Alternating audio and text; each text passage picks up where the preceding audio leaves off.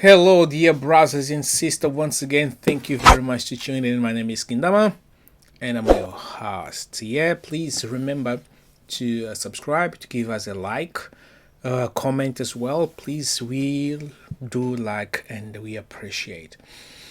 Today, once again, is a follow up of what we left last time.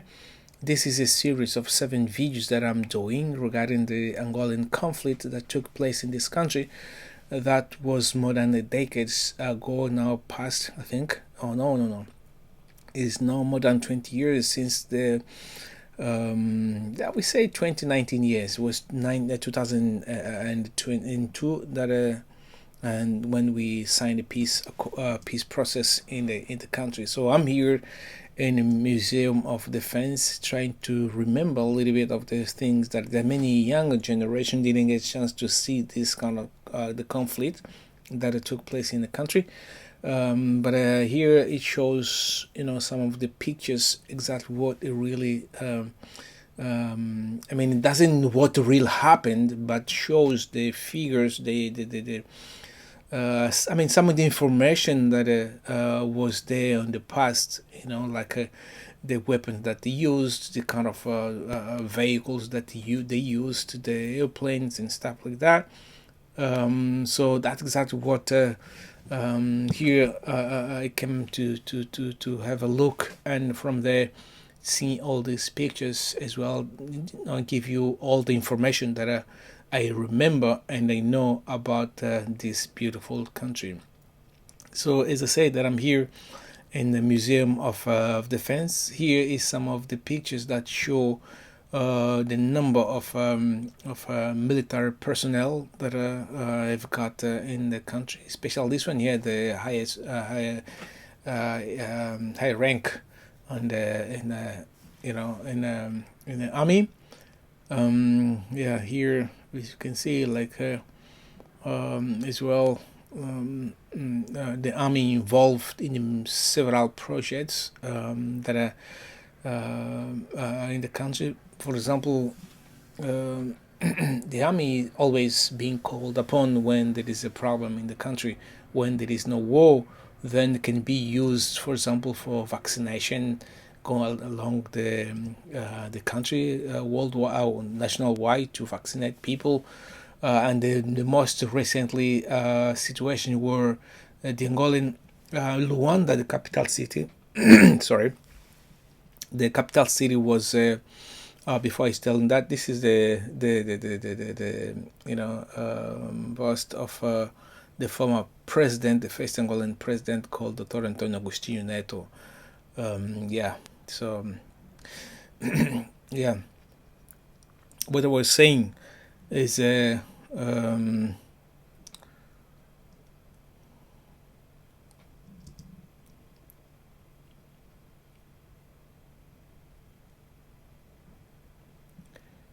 yes, what I was saying is about the using of the soldiers into different projects. In this case, recently was the capital city, Luanda, was dirty. Complete. I mean, that was literally dirty.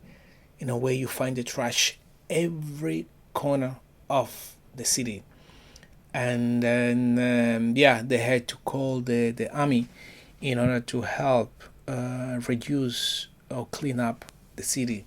Of course, it's not their duty to do that. It should be, or should have companies to do that.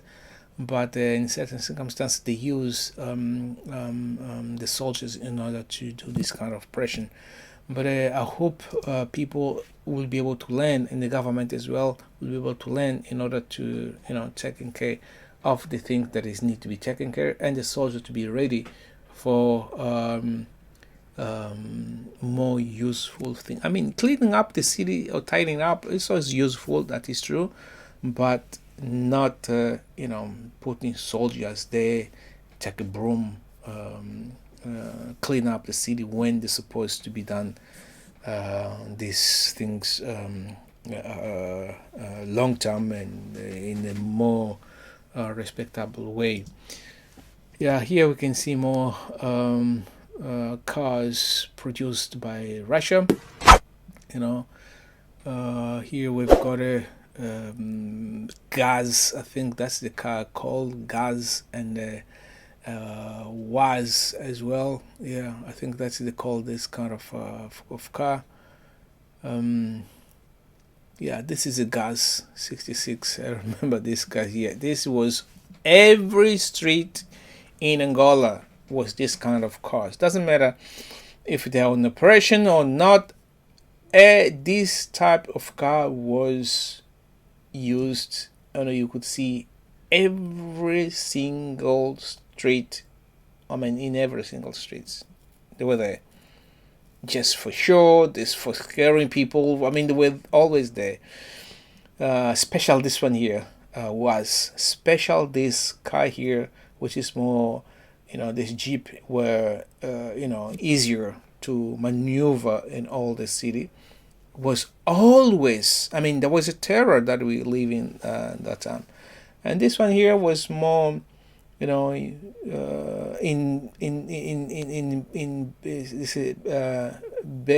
BTR 122 or 152.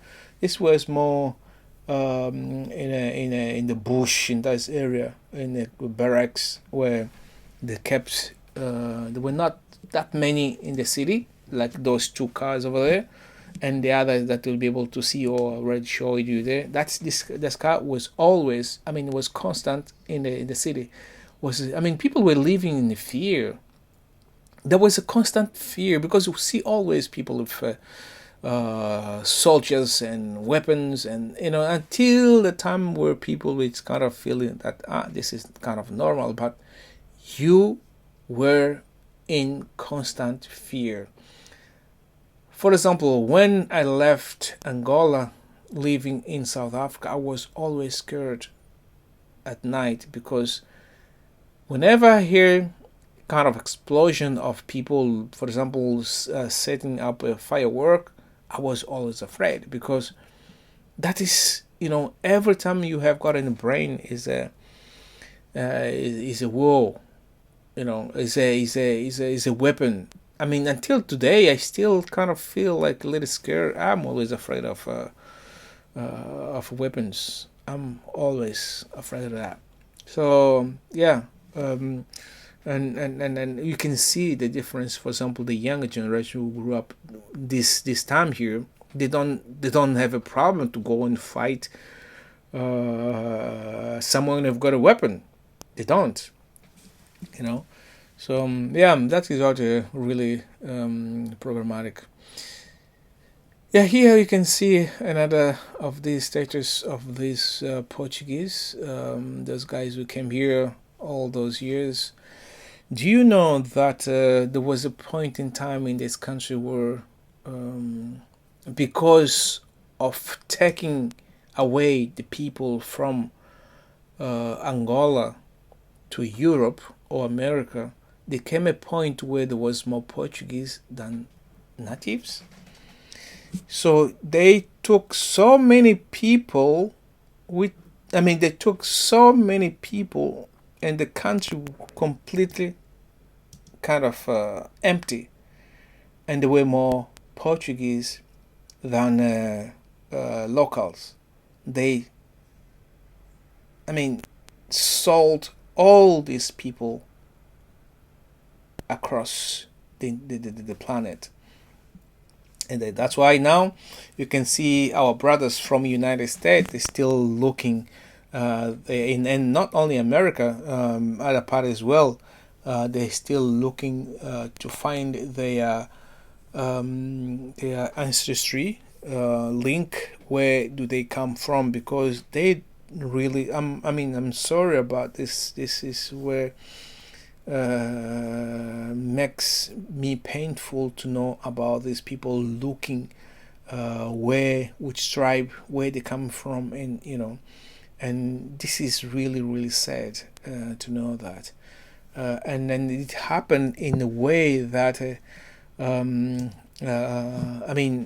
a way that is, very, so cruel to describe all this the way it happened. It's really really cruel. Yeah,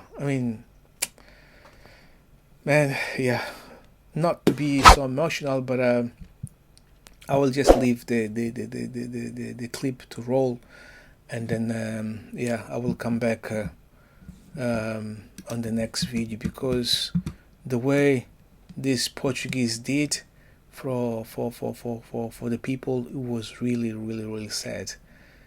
Brothers and sisters, thank you very much to tune in. My name is Kindama. Please keep it up and listen, and just follow up the video until the end. So please remember to subscribe, and then I'll see you on the video number 6 that's coming soon. Until then,